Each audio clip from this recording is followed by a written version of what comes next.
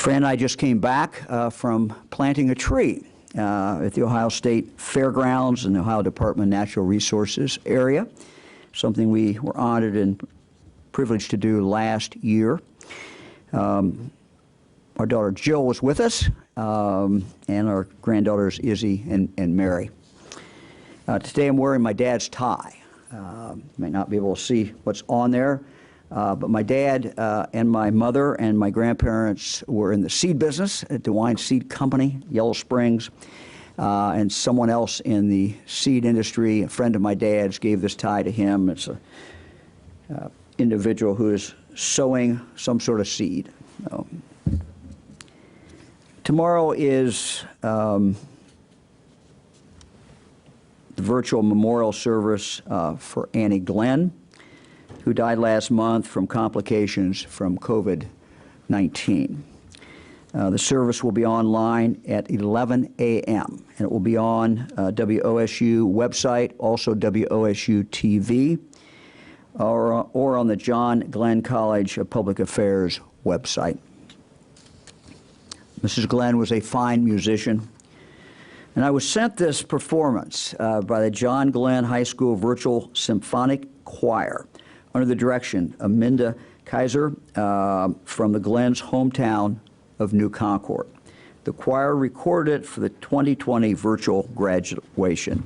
The song is called "I Will Sing You the Stars," pretty appropriate. Not only does this fit with John Glenn's career as an astronaut, the lyrics also assure all of us that we are truly not alone. Let's listen.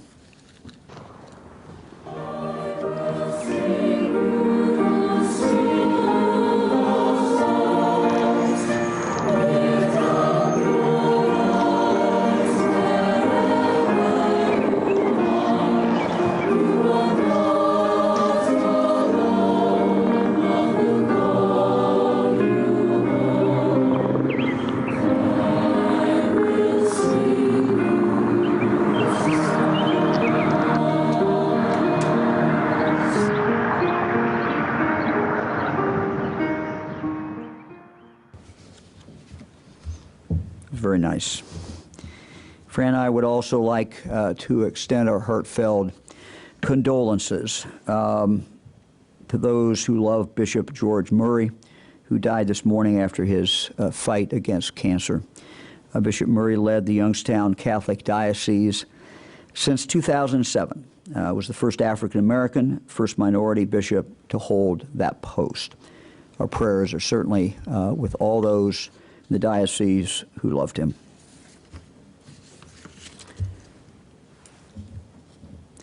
I want to take a moment as we start today to address a situation regarding a member of the Ohio National Guard who was removed from the mission in Washington, D.C. after the FBI uncovered information that this guardsman expressed white supremacist ideology on the internet prior to this assignment. We were asked specifically by the Secretary of Defense, as I know other states were, to send guardsmen to Washington, D.C. We sent 100 to Washington, D.C. While I fully support everyone's right to free speech, guardsmen, women are sworn to protect all of us, regardless of race, ethnic background, or religion. Our Ohio National Guard members are in a position of trust and authority during times of crisis, and anyone who displays a malice towards specific groups of Americans has no place in the Ohio National Guard. The Ohio National Guard and our Ohio Department of Public Safety are fully cooperating with the FBI in its investigation. This individual is suspended from all missions effective immediately. Due process will take place, whatever that is. This is an investigation being done not by authorities in Ohio, but by the Federal Bureau of Investigation. Following due process, it is highly likely, when these facts are confirmed, that he will be permanently removed from the Ohio National Guard.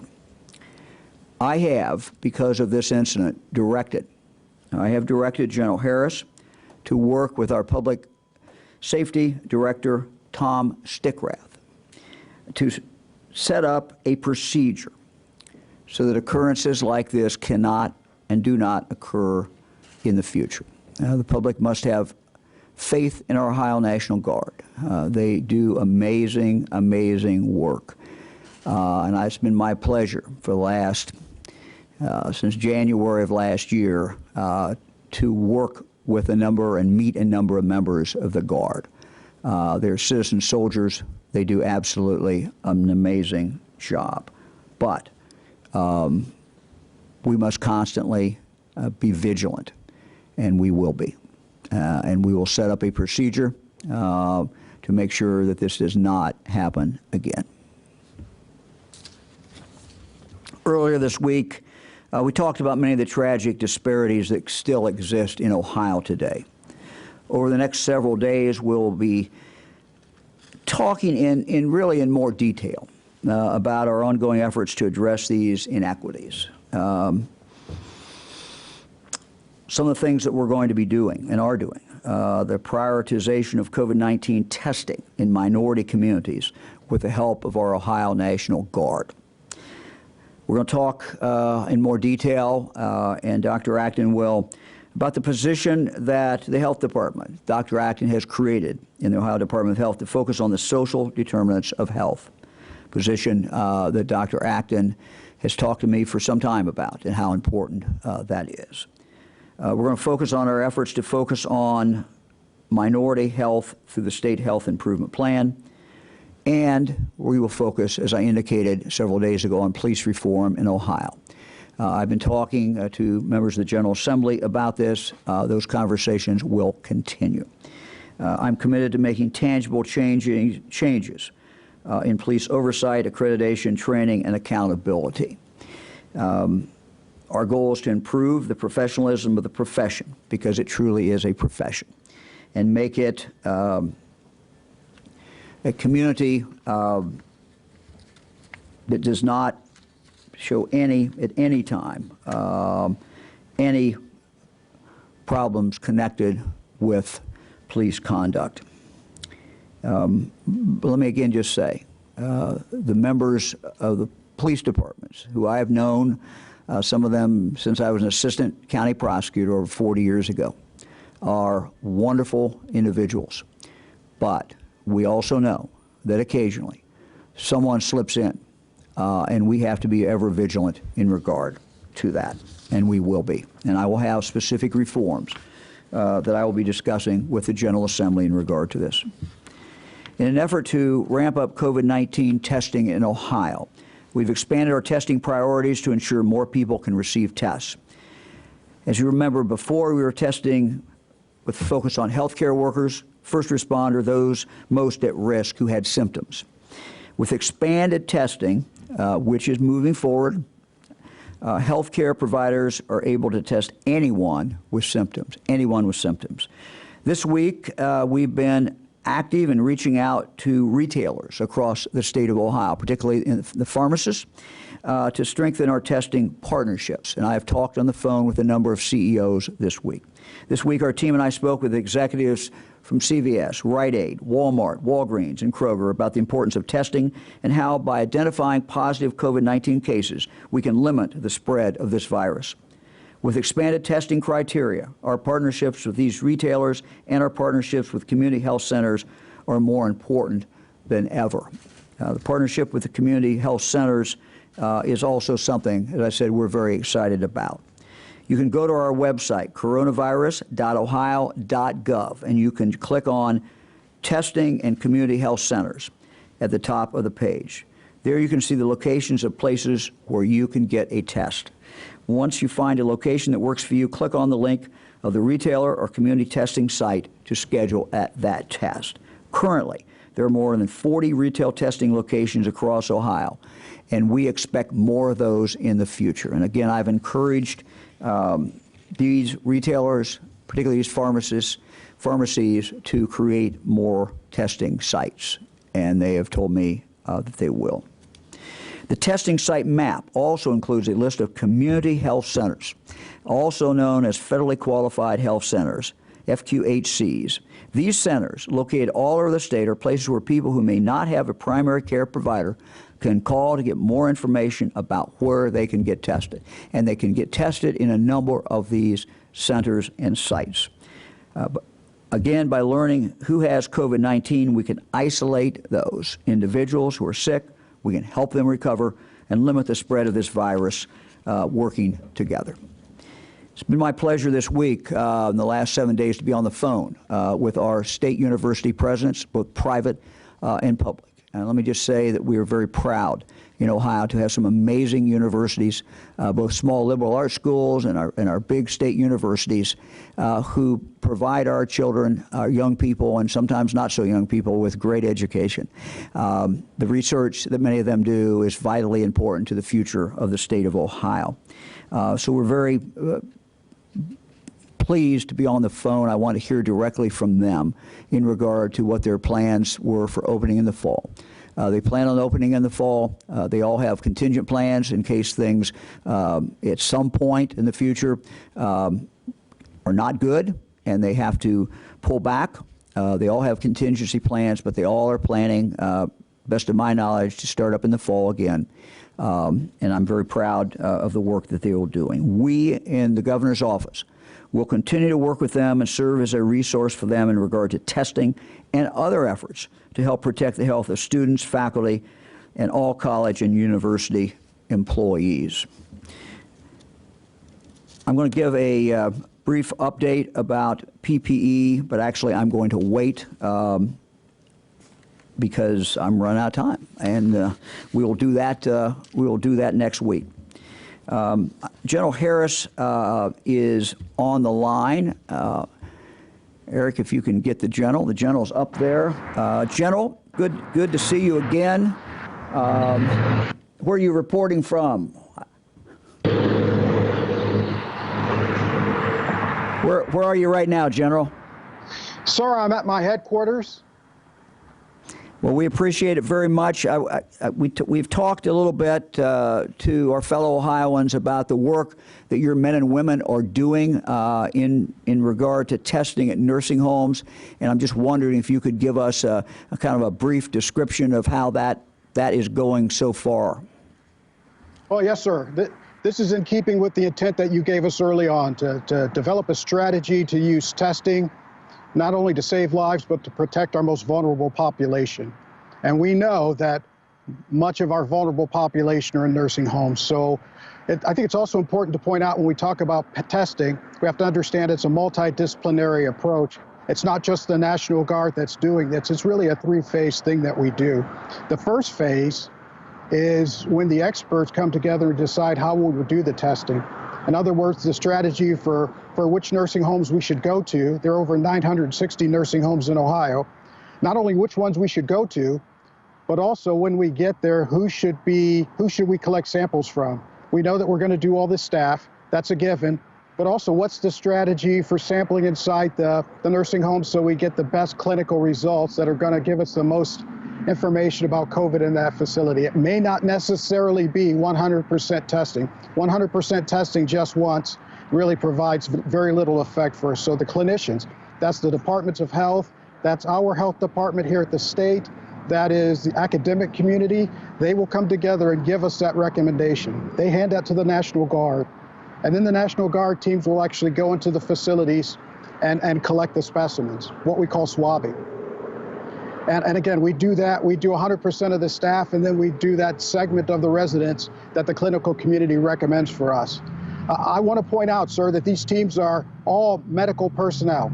This is not a pickup team. The minimum level of experience that we have on that team is someone who's at least an EMT, certified in the National Registry. In fact, our officer in charge of all these teams, Major Jessica Taylor, I'd like for you to see her. She's the person getting this work done and all the coordination for the National Guard.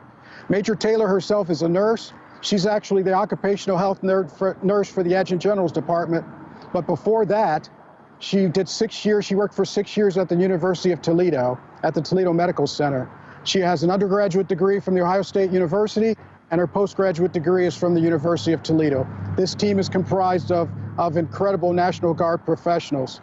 I was going to talk about her kids, but she asked me to talk about her 2 dogs, who are her fur babies. But this is the kind of person who steps forward to do the work of the National Guard every single day, and I couldn't be more proud of the work they're doing. So when her teams go into the facilities, they will generally be escorted by the staff, so that the residents in these facilities are comfortable with our team, and we very respectfully collect the specimens.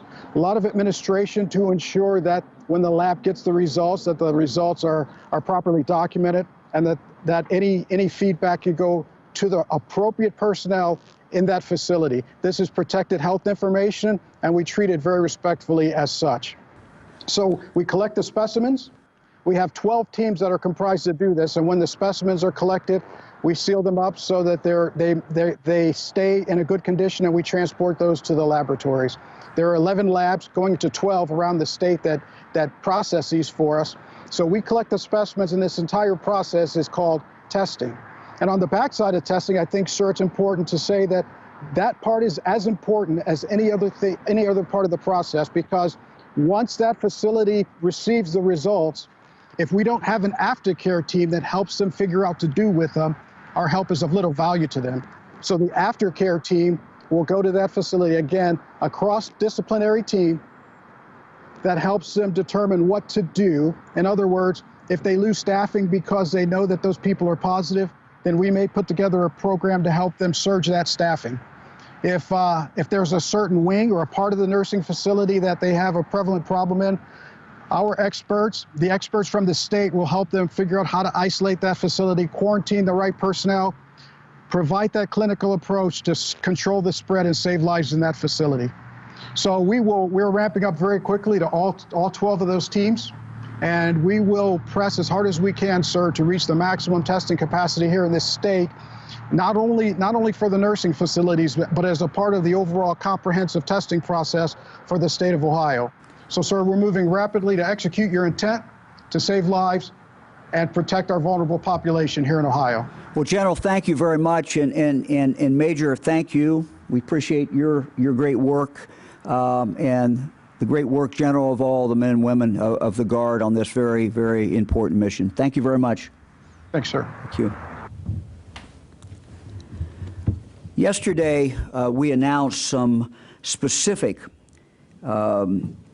categories of businesses that can, in fact, now reopen. We put that out in a release. Today, we'll be announcing some additional ones as well. But before we talk about those, I want to kind of set the scene a little bit here.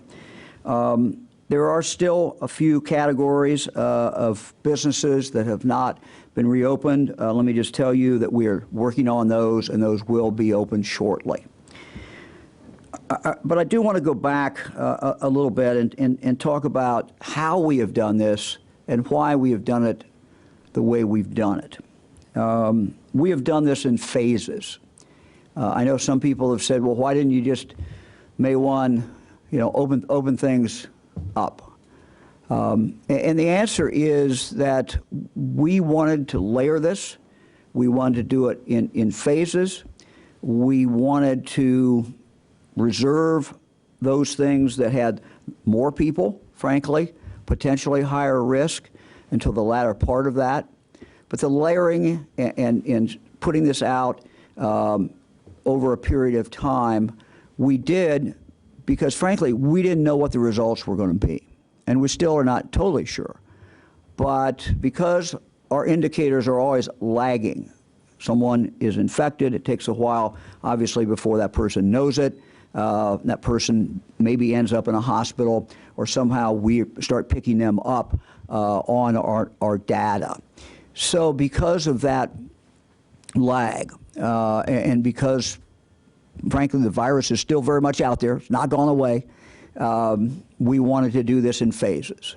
We wanted to layer it out. And so that is what we have been doing.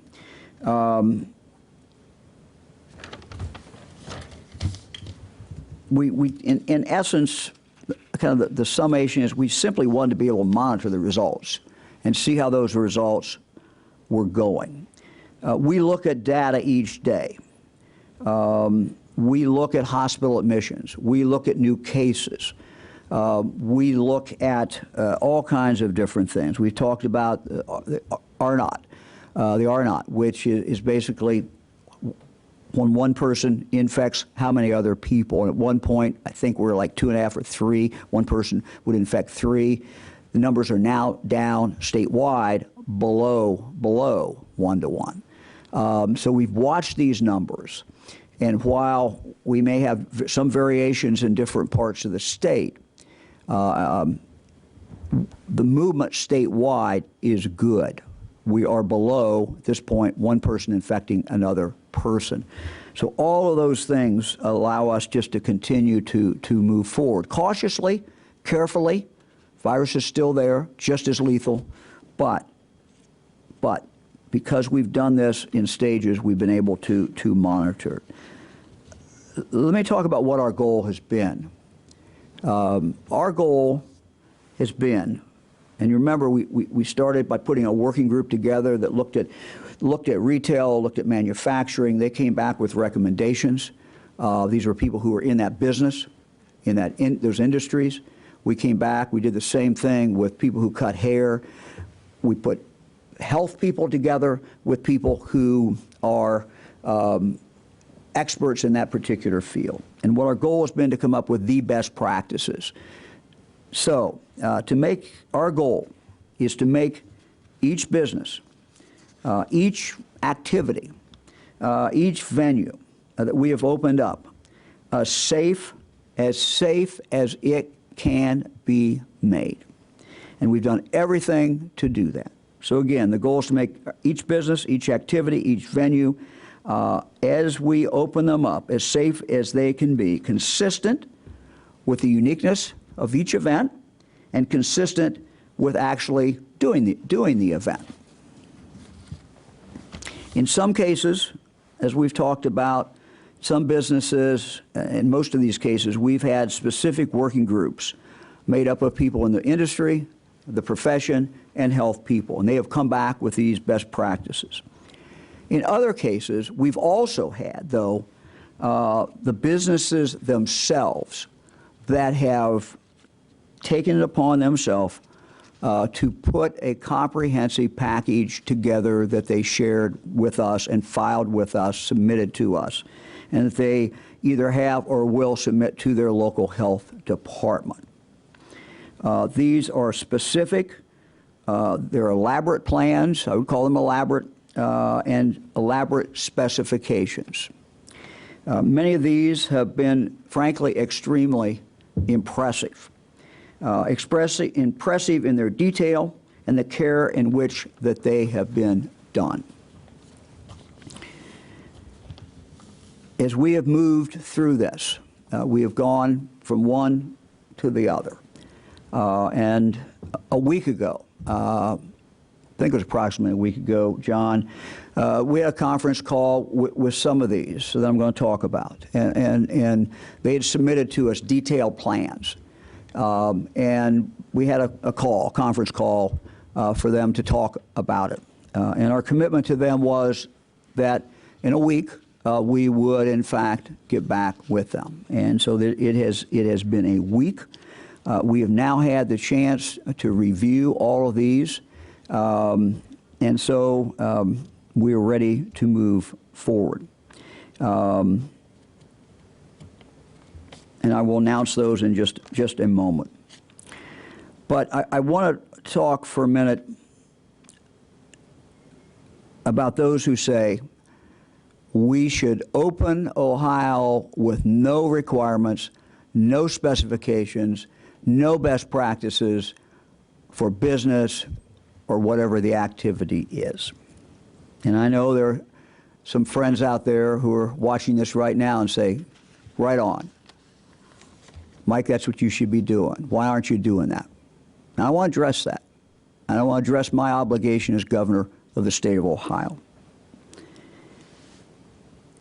Some say we should open with no guidance and no rules. And what's my answer to that?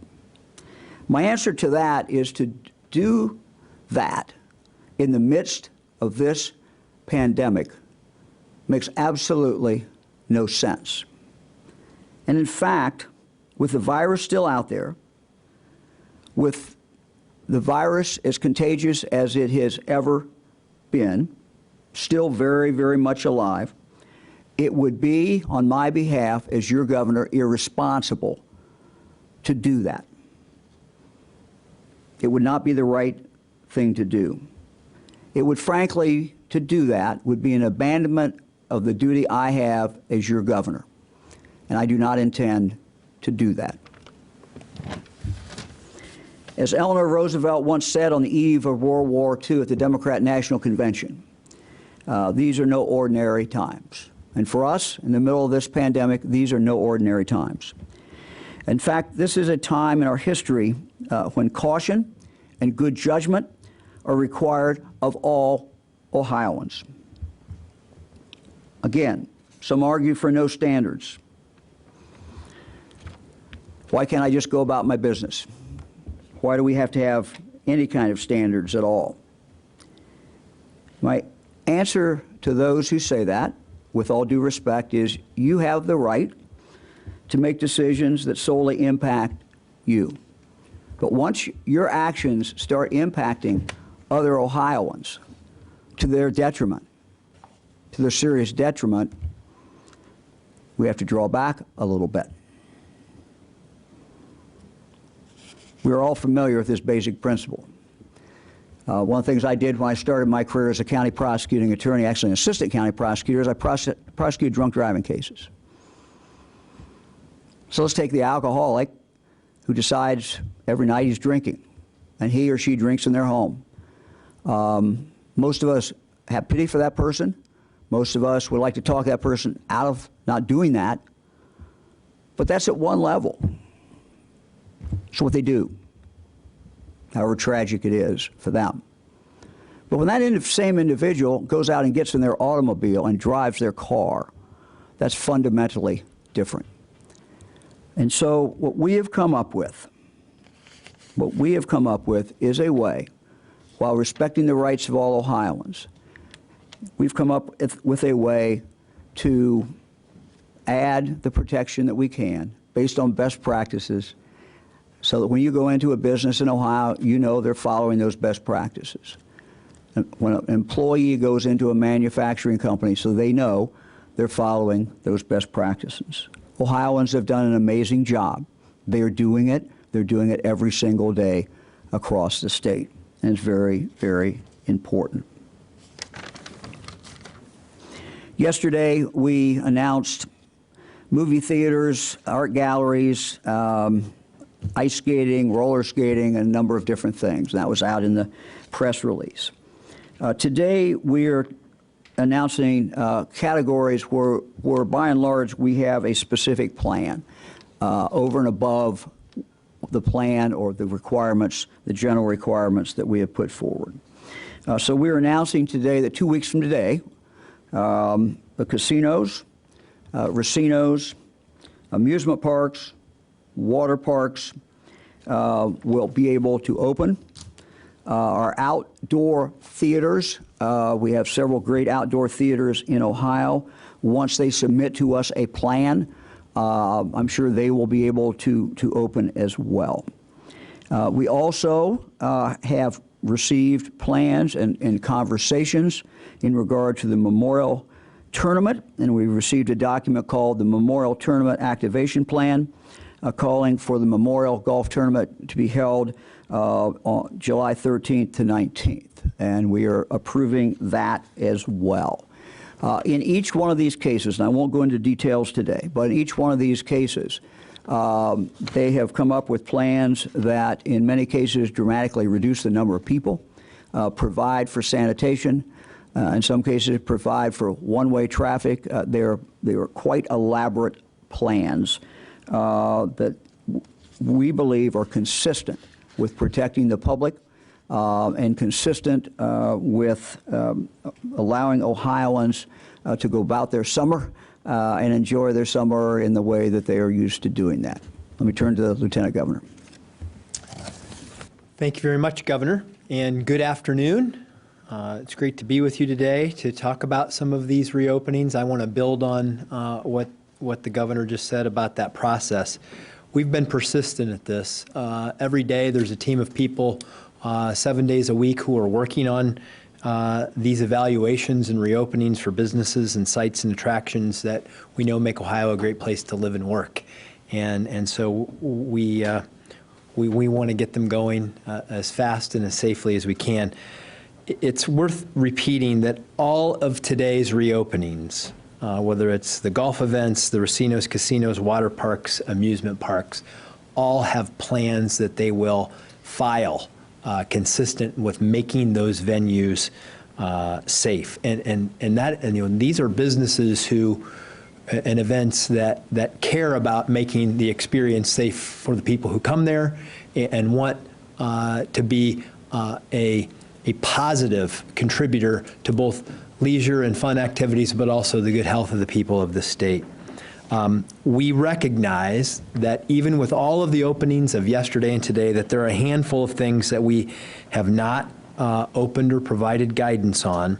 That work continues, whether it's professional or youth sports, particularly those that involve contact. We regularly, once a week, talk with the Ohio High School Athletic Association on building plans forward for that, or those large venues, stadiums and auditoriums where you have a large number of people, figuring out how you can appropriately scale and create that safe environment there. We learn new things every day. That's important to know. We know so much more today than we did when this started. CDC gives new guidelines. The science evolves. And then when that happens, then we revisit these plans, both in terms of what opens and how it opens, because we strive to make things easier for businesses to help them comply with this in as safe a manner as possible. And as we learn, with that knowledge, we improve the way that we're attacking these reopenings. And reopenings require responsibility and respect for each other, and we want you to know that we respect and acknowledge the tremendous challenges that the COVID pandemic has placed on businesses in this nation and in our state. We know that all the uncertainty, the financial stress, and your desire to protect your employees and your customers is a tremendous challenge. And we value your work and we value your advice on how we can help you get this right. We aim to be responsive and responsible in that respect. And we know that as the businesses are out there struggling, I guess I want to close by making a pitch to you. Your fellow Ohioans who run these businesses and work there, their lives and livelihoods depend on it. So buy Ohio. Go to your friends and neighbors' businesses and help support things right here in Ohio as we reopen, rebuild, and re-energize our economy. We are all in this together. That work continues, and we continue to do it aggressively and safely. Thank you. Lieutenant Governor, thank you very much. Dr. Acton. Thank you, Governor. Thank you, Lieutenant Governor. I'd like to get to our numbers. First of all, we now know that in Ohio, we have 37,758 cases as of today, and deaths in Ohio at this point are at 2,355. Our next slide continues to look a lot the same in terms of where we're seeing the cases. As you can see with General Harris, we're trying to save lives by targeting our most vulnerable populations. And right now we're really focusing in on our nursing homes in Ohio, coming alongside of them, as well as some targeted testing in our minority communities, disproportionately affected. Our trends are staying even, as the governor said. Our R0 also is looking good at this point. We're staying steady, and in many ways, that is in large part due to you. Testing increasing both in the private and public sector, and we're getting more and more targeted each day with this. Again, our R0 number that was mentioned. I just want to say one last thing and mention to you, as the governor said, we have really done everything we can to bring you the very best guidelines and expertise in terms of our opening up. But I want to say a little bit about your health and well-being. These are definitely no ordinary times. This is a shared experience that we're going through. And early on, I said, we are not shutting down, we're waking up. As we're opening, we're also waking up, and we have to be absolutely more intentional than we've ever been. This is kind of a good thing. It's not a bad thing, but we're thinking about all those basics as you go forward and about your business. It's so important to remember the social distance, the masking when you're in environments, when you're close up with people, wearing that mask. It is the cleaning that we have done. It is all of the disinfecting, everything. But importantly, I'd like to add a couple new things to you. One is always think before you go. Look ahead. Some of my favorite things in being outdoor are going to parks, going to the conservatory, going to Dawes. Make sure to always look ahead, because you have to plan as you go about doing things. And there's lots of guidance on websites to help you do that safely. Also want to say to you to go with grace, because a lot of us feel a lot of stress of these things. More important than ever, everyone is doing their very best. So I ask of you in all your interactions, when you're frustrated trying to get answers, to always do so with a little grace for each other. This moment is calling us to new things, and we are in this together, and so proud of all you're doing, Governor. Thank you, Doctor. We'll go to questions.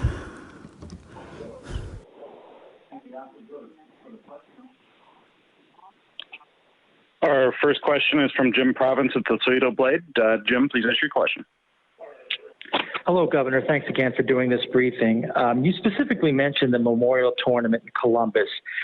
Could you give us an idea of what's going to happen with the other golf tournaments, professional golf tournaments in Ohio, including like the Marathon Classic in Sylvania? What is it that the Memorial Tournament has done that they have not done? Nothing necessarily. Look, we're going through a process. We're trying to get this information out as quick as we can review it. What they did is they submitted a full plan. John, I don't know if you have anything in addition to that, but no, we're just. I mean, that's consistent. They're all working from the same template. We fully expect that so long as they meet the same basic standards that the other tournaments will be able to go forward. No reason the other tournaments will not be able to do this. We just have not gone through their plan. But these plans, it's a lot less people there. It's the social distancing. It's all the things that they can do. And there's no reason any of them cannot do this. So I would be optimistic about them being able to do it. We just try to announce this when we get it, when we know that these can in fact take place. Thank you. Our next question is from Laura Hancock at cleveland.com.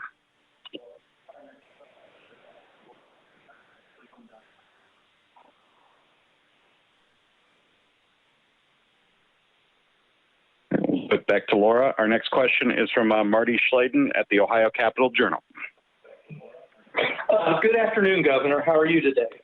Well, thank you. Good. I'm glad to hear it.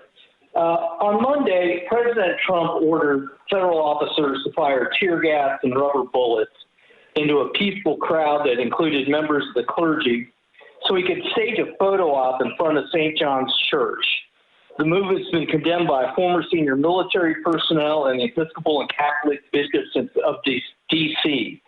Do you approve or disapprove of Trump's actions? And do you worry about the Ohio Guardsmen and women who have been sent to D.C. To be under his command?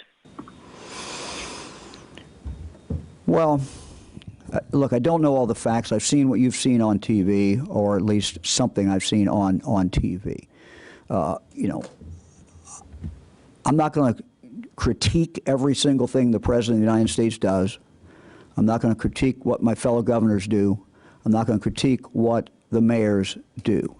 What I can tell you is that in the state of Ohio, we have tried to have the balance that is needed, that protects people who want to exercise their First Amendment rights, which we encourage them to exercise. We encourage them to exercise that. At the same time, protecting their rights and the rights of the rest of the public from a small minority of people who are gathering together, who are there to cause chaos, disruption, and some of whom are involved in looting. I can tell you that this is a difficult job. It's a difficult job for the police departments. It's a difficult job for the National Guard. Can mistakes be made in Ohio? Yes, mistakes can be made. Not everything is perfect.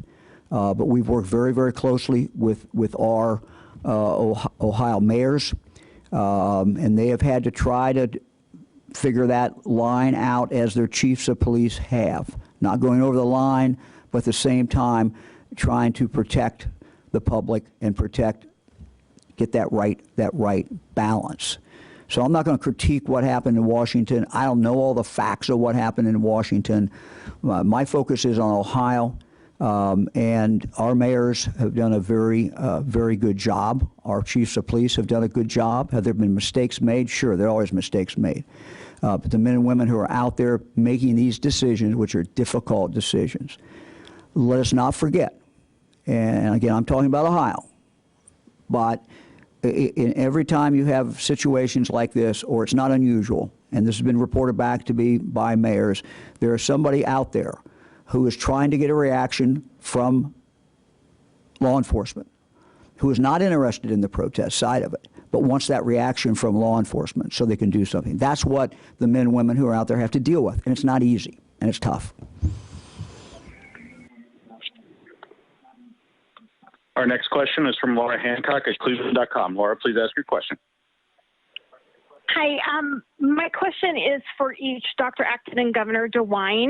The Ohio Legislative Black Caucus and the cities of Cleveland and Columbus and the Franklin County Commission have sought to make racism an emergency to this official, since there are efforts underway anyway.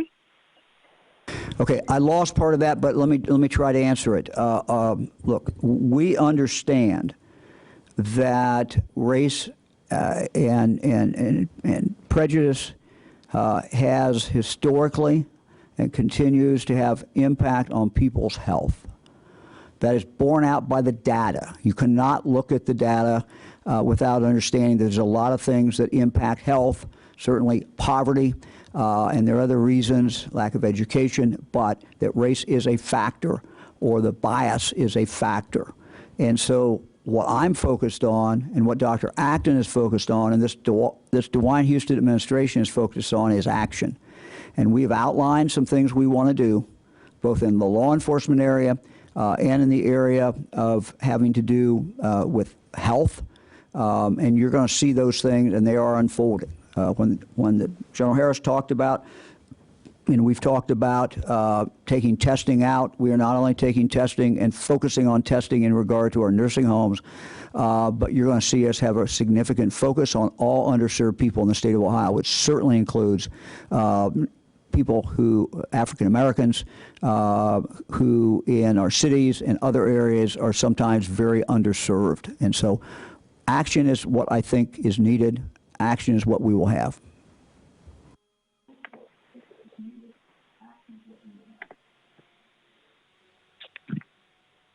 Our next question is from Luis Gill at Ohio Latino Television.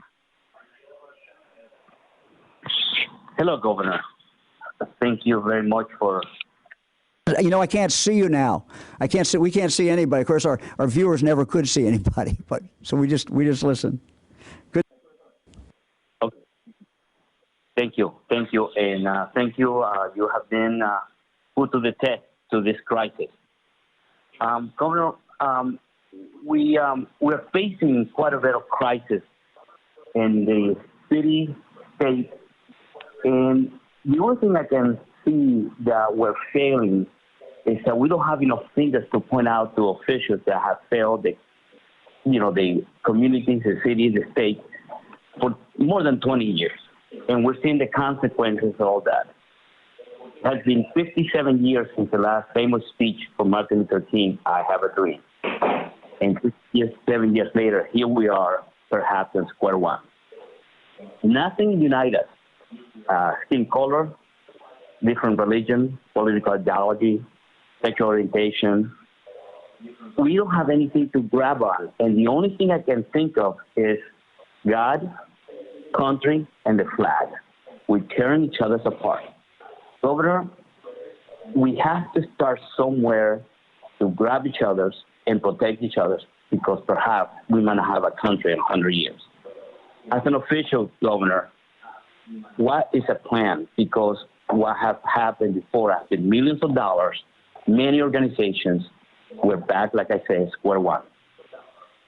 Well, I think that's an excellent question. That is a defining question for all of us. It's something we all, anybody in public office, but every American, every Ohioan has to ask themselves. You know, our legacy is what some have referred to as the original sin of this country, which is slavery. And the aftermath of that, we are still living with that. I don't know that we're at square one. We can describe where we are. We've made progress certainly in some areas. In other areas, we've not made the progress that we want. The story of America, the story of Ohio, the story of all of us is started with that original sin, great ideals, but imperfect. We are still imperfect, but what I think God asks of us and what we should ask of each other and our fellow human beings is to continue to try and not say we are where we need to be and not accept the status quo. And so I don't accept the status quo. There is more that we can do. We have great police officers, but sometimes we have police officers who somehow slip through and should be out of there. We have obligations to take care of that. And we have obligations if that police officer moves from one department to the other for that person's record to follow them. And there's things we can do, and there are things I intend to do. We have seen with the COVID-19 taking the curtain back, if we needed to have it taken back, taking it back and exposing the fact that African Americans are suffering much more from this, and Latinos are, than some of their brothers and sisters. And that shouldn't surprise us because of the infant mortality rate that we see in this great state, which if you are a black baby, your odds are 3 times as much that you're not going to make it. So that should shock all of us. That should anger all of us. But what we should do is we can talk about it, and talking is important. Language is important, but we also have to roll up our sleeves and do the work. And so what I'm doing is I talk to the members of the General Assembly and talk to the people of the state of Ohio and say, let's do these things. Let's get some victories in the sense of doing things that matter, that move us down the road. We're not perfect. We're not going to be perfect, but we sure can be better, and we have great ideals. Thank you. Thank you, Governor, and thank you to the First Lady for being there with you all the time. Thank you very much, and I thank her. I thank her as well. In my inaugural address as governor, I talked about the lasting lessons I learned from both my grandfathers and my father, my family. They all planted trees into the last years of their lives. When they planted trees, I remember thinking they're not going to live to see those trees get big. Yet they planted them, knowing that future generations would someday enjoy those trees. In fact, as I think mentioned to some of you, our son John, my 2 grandfathers' great grandson, tapped some of those very maple trees each spring to produce maple syrup to sell and for our family to enjoy. And John actually had a banner year. He and Michelle had a banner year this year.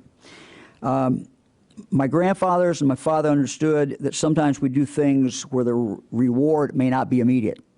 But we do those things nonetheless because we have hope for the future.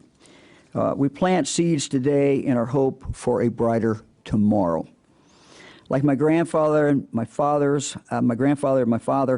I'm an optimist. Look, this has been a tough time. This has been a tough time for all Ohioans, some much tougher than others. But I truly believe that we will rise out of this virus and this great tragedy, and out of the disparities, the unconscionable disparities that we see in society today. Our great seal, which is on the podium right here, reminds us that the sun will rise on our beautiful Ohio again. There'll be positive things that come out of our struggle with this virus. We're not really sure what all they will be, but there will be positive things. American ingenuity, innovation, creativity. We're seeing all of that as we battle back. Out of our struggle, we are going to learn things, and we are learning things.